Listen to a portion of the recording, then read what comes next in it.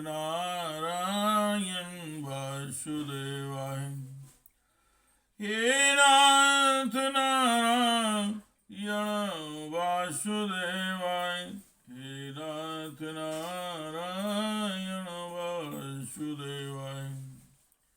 श्रीमद् भागवत जी का मूल पाठ, छठम स्कंद का पंचमो अध्याय।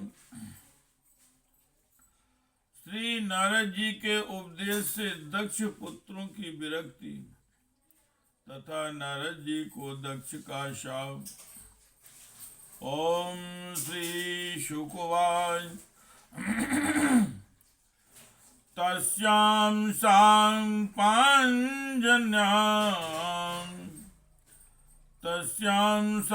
पांचजन्यां वै विष्णुमायापबृंहिता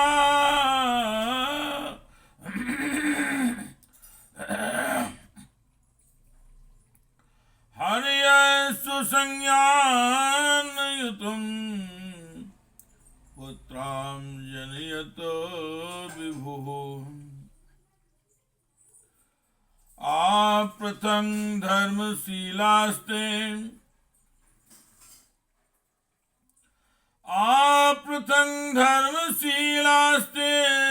सर्वे दाक्षायणानप। पित्रा प्रोक्ता प्रजा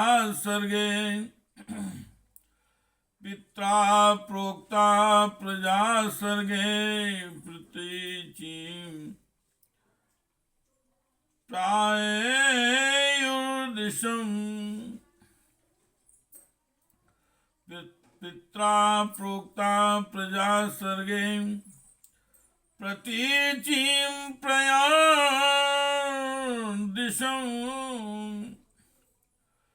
तत्र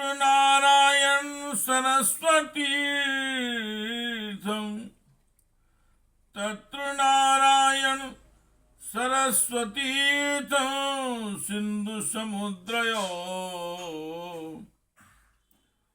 संगमो यत्र सुमहन्मुनि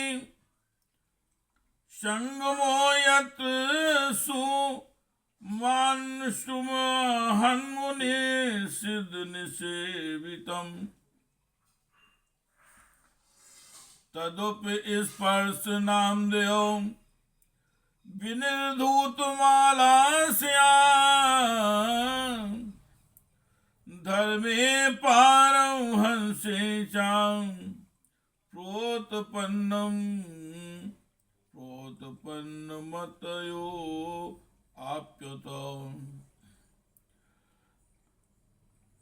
ते पिरे तप एवोग्रं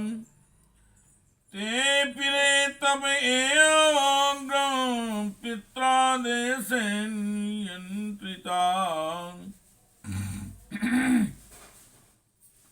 प्रजाभिवृद्धये यत्तान् देवर्षिस्तान् ददर्शुहा। प्रजाभिवृद्धये सत्ययत्तान् देवर्षिस्तान् ददर्शुहा। उवाच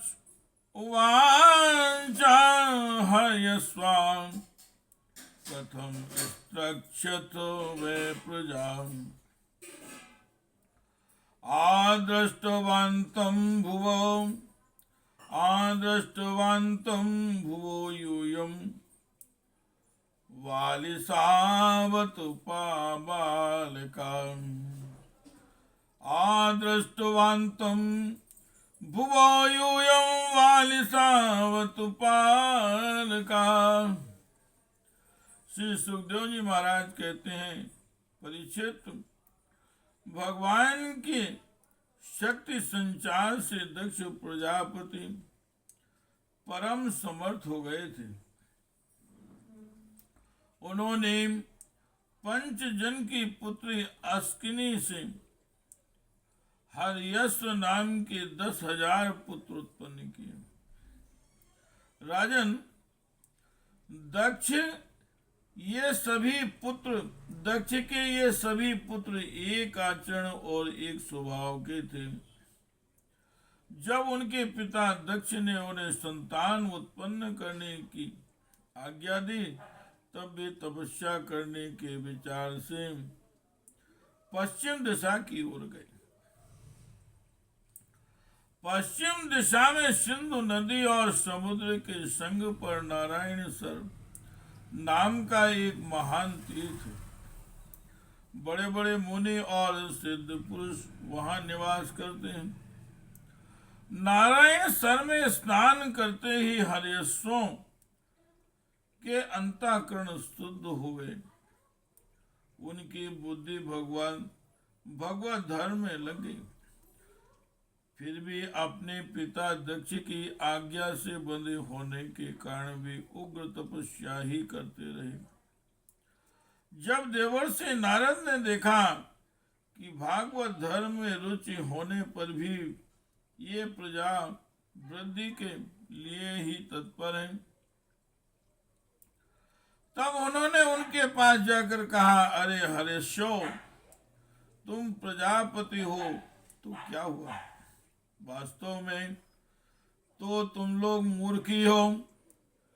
बतलाओ, जब तुम लोगों ने पृथ्वी का अंत ही नहीं देखा, तब सृष्टि कैसे करोगे? बड़े खेद की बात है। हे कृष्ण गोविंद हरे मुरारे, हे नाथ नारायण वासुदेवाय, हे नाथ नारायण वासुदेवाय, हे नाथ नारायण वासुदेवाय। तथैक पुरुषम राष्ट्रम बिलम चादृष्टि निर्गमं बहुरूपां स्त्रियं चापि पुमांसं पुश्चलीपतिम्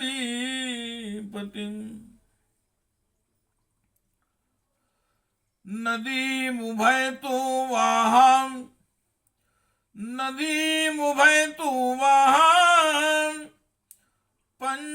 पंचाद्भुतं ग्रहम्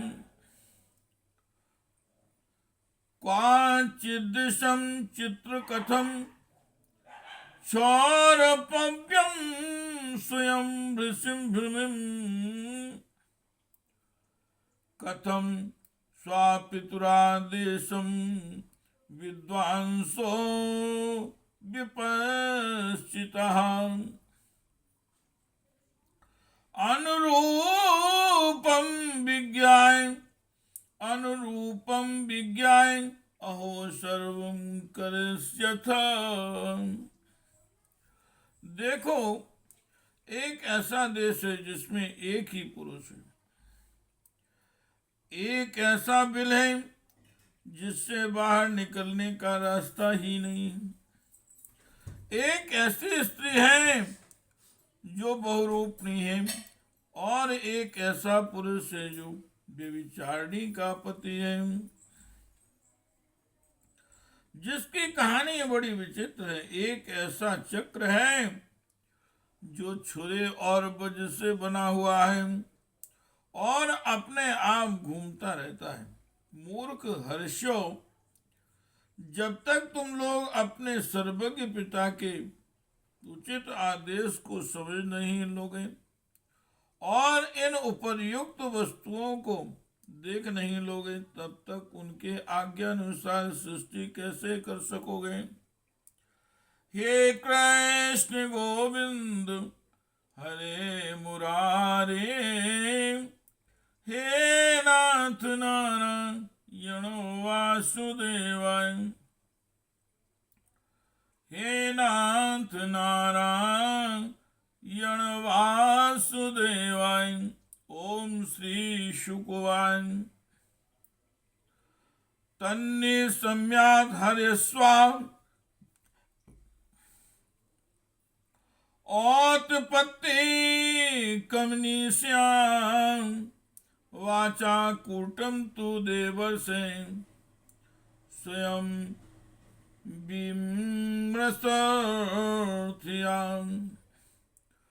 भूक्षेत्रं जीव संज्ञं यदनादि बीजबंधनो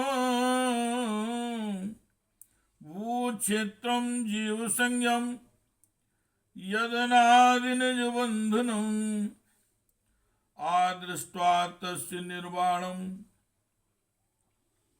आदृष्ट्वा तस्य निर्वाणं किं सत्कर्म किं सत्कर्मभिर्भवेन्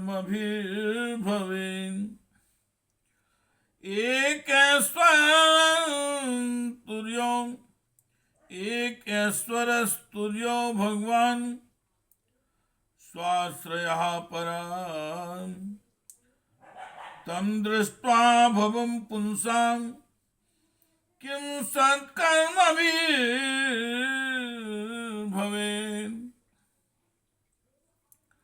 श्री सुखदेव जी महाराज कहते हैं, परीक्षित हरियस्व जन्म से ही बड़े बुद्धिमान थे। वे देवर्षि नारद की यह पहली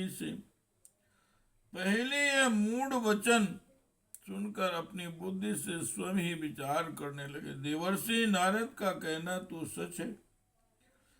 यह लिंग शरीर है जिसे साधारणता जीव कहते हैं, पृथ्वी है और यही आत्मा का अनादि बंधन है। इसका अंत विनाश देखे बिना मोक्ष के अनुपयोगी कर्मों में लगे रहने से क्या लाभ है। सचमुच ईश्वर एक ही है। वह जागृत आदि तीनों अवस्थाओं और उनके अभिमानियों से भिन्न उनका साक्षी तुरीय है। वही उसका आश्रय है, परंतु उसका आश्रय कोई नहीं। वही भगवान है। उस प्रकृति आदि से अतीत नित्य मुक्त परमात्मा को देखे बिना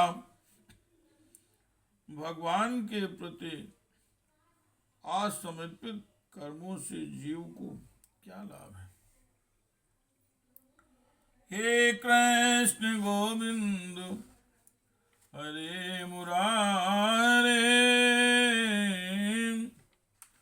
हे नाथ नारायण वासुदेवाय, हे नाथ नारायण वासुदेवाय, हे नाथ नारायण वासुदेवाय, हे नाथ नारायण वासुदेवाय।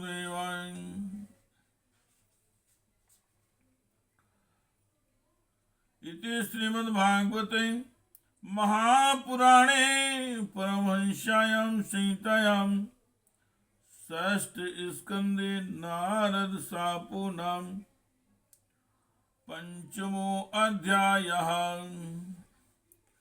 हे कृष्ण गोविंद हरे मुरारे,